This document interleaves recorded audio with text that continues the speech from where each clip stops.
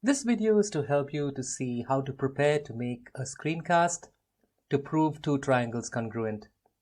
So we're going to choose one particular case from these different problems that are shown in this worksheet here.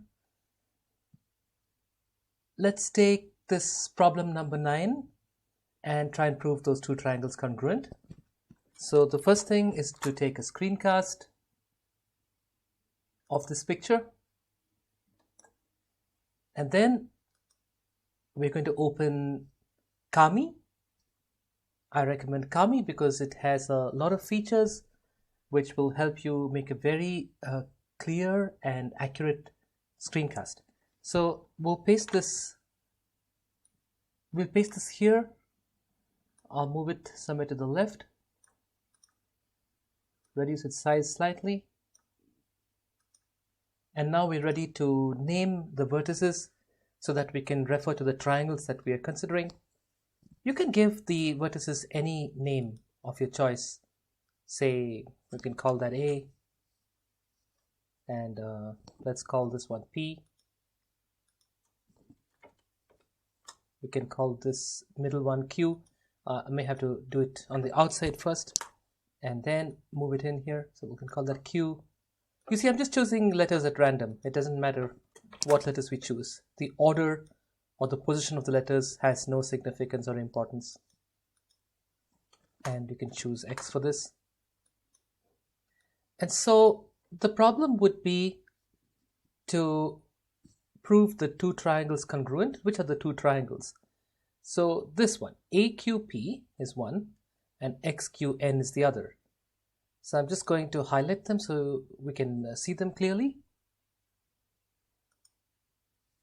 Right? So this is the AQP triangle, and I'll use a different color. This is the XQN triangle.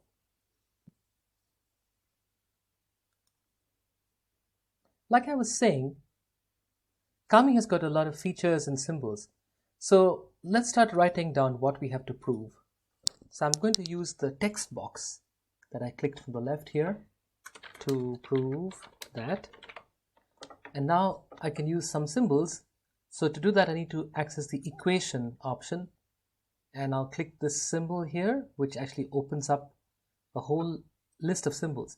So look for the symbols that we're interested in.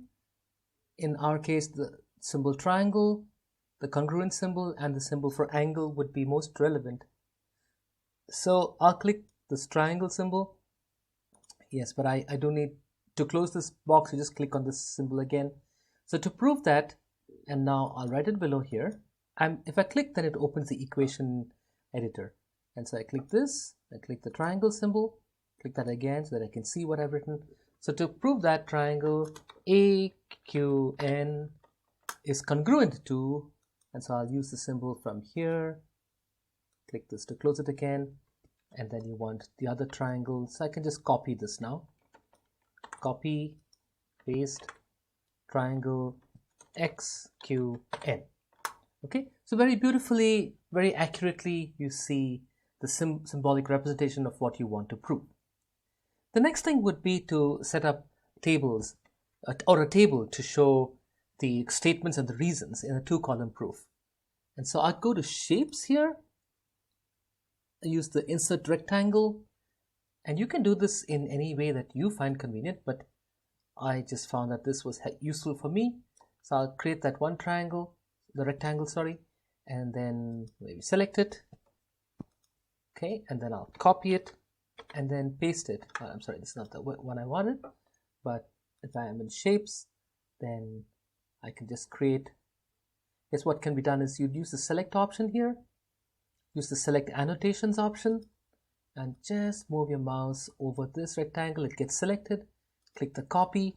Then you can click paste. It pastes this rectangle. I bring it up here. Paste again. You see, so I'm showing you some tips as to how you can quickly create what looks like a table by using a series of rectangles. So I'll put 5 of these together. If I need more, I can always create some more later. And then I'll go back to shapes, click the line option, and start from the top. If you hold down the shift key, then it will draw an exactly vertical line, and then you have your nice table. The next thing is to title or head the table. So in the left column we have statements, and the right column we have reasons. Okay, and so now let's start writing down the statements. So if you look at the triangles AQP and XQN, okay, so that should be QP here, then you can see that AQ is congruent already to XQ. So I'm going to put that in. Remember to hit the equation option. That's when you can type in the equations correctly. And now you want to use AQ. So just type in AQ, and you want to use the congruent symbol. I'll just copy it off from this lower box here. You see that's an advantage again. AQ is congruent to XQ. And the reason for that is, of course, I'll use a text box now, which is easier to type in for just plain text, and that's given. Now, the next thing is that PQ is the same as NQ. So to make it easy, I'll just copy this entire text, go to the equation editor, click here, paste what I have, change the symbols. That makes for a very quick way of entering what I want. Okay, and again, you know, the reason for this is it's given. So I'm going to just copy this and make sure you're in the text box option, then it will paste it correctly. Okay, and then the third statement is that if you look at this situation here, you see that this angle here is congruent to the angle here because they are vertical angles. So I want to write that down here. I'll go to the equation editor, click in here, click the symbols. I want the angle symbol. So angle A, so I'll just remove this so you can see everything. Angle AQP is congruent to, I'll just copy this again, it becomes easier. Angle XQN. Right? And then I'll just move it so it's nicely formatted. And once again, the reason for this is that they are vertical angles. So we write the correct reason.